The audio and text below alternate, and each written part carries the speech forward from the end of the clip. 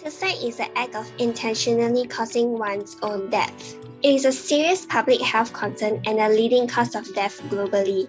Hello everyone, we are Brainstormers and are about to brief you through some information about suicide risk. Suicide is preventable and many resources are available to help those who may be at risk.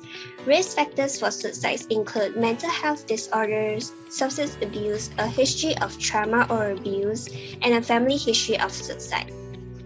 Warning signs of suicide may include talking about wanting to die or hurt oneself, expressing feelings of hopelessness and helplessness, and changing in behavior or mood.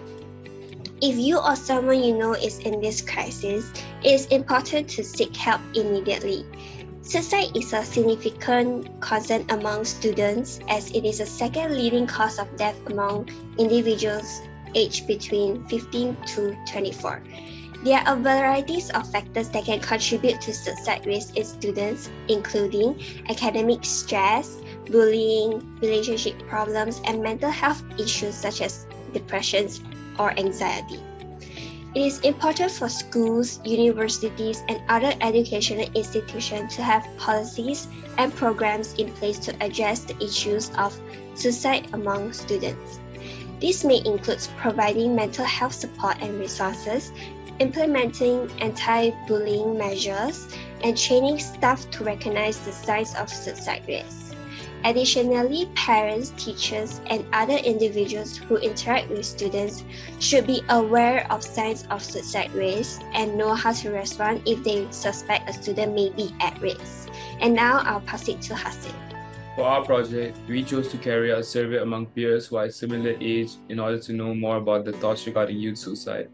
Our survey was conducted for 3 days only and received an immense response from 80 respondents. According to our survey form, majority of the people are aware of what is suicide by getting to know it through various platforms. However, from the survey, there are still a minority of people, around 1.2%, who are still unaware of this issue and how serious it is, to not mention the impact it may bring to society. Through the survey done, we highlighted the issue on the emotions that youths normally feel in their life. Sadly, we received responses that the majority of students, 72.5% of them, think that anxiety is the emotion that often appears in their life. Next is depression, which is the second highest emotion that students choose what they felt in this survey, and following with feeling hopeful and pleasant. Through this survey, we found that anxiety, the highest cause that triggers suicidal actions, is the highest emotion that is often in students' lives. Moving on, we also proceeded with some questions to retrieve data about the early symptoms of people having suicidal thoughts. This to see whether they are able to spot the early signs so that the countermeasures can be taken to prevent this tragedy. Fortunately, only 3.8% of students are not aware of the early symptoms entirely, and 16.3% of students are just slightly aware of it. Most of the students, around 55%, are having an average knowledge about the early signs of it.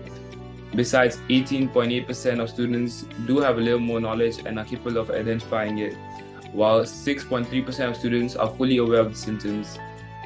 Through this survey, we found out the early signs of suicide are generally known in the society, but there are also some students who are not aware of the early signs of youth suicide and are not able to identify it. From the survey, we also concluded that triggers to suicide may vary, but bullying or cyberbullying and academic or employment pressure are the major causes of issue which needs to be taken note of. Cyberbullying is a prime cause because as social media is slowly getting into our lives, people cannot live without it. However, it was a platform for some bullies that misused this beneficial platform to spread false news about peers, which eventually drove them to the suicidal route. That's why we have 68.8% of cyberbullying as the major cause of youth suicide. Therefore, we should put in more effort in publicizing this issue and to notice it as a problem that could be solved so that no one will suffer from it. The research team also carried research regarding psychology and sociology factors. The focus of psychology is on the person's behavior, which is influenced by both internal and external variables, nurture and nature. On the other hand, sociology examines groups like cultures, social circles, and examines people as members of group rather than as the individuals. Although there are obvious contrasts between the two professions, they are nonetheless interdependent, even though they are distinct disciplines. Sociology must take into account necessity to comprehend human behavior in order to describe culture and society. Similar to this, a crucial component of knowing psychology is the necessity to comprehend the external influences on behavior, such as culture, family, and society. Both disciplines study human behavior, although from various angles. The research team also carried research regarding psychology and sociology factors. The focus of psychology is on the person's behavior, which is influenced by both internal and external variables, nurture and nature.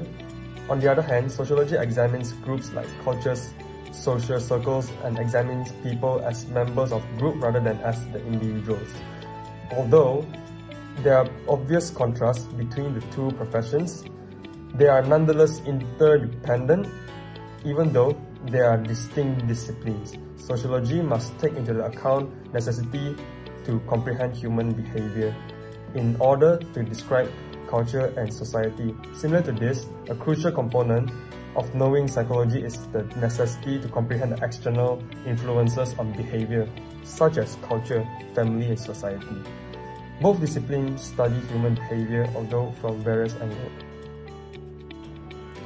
To summarize the content of this report, according to research, suicide can be observed and prevented by identifying daily habits.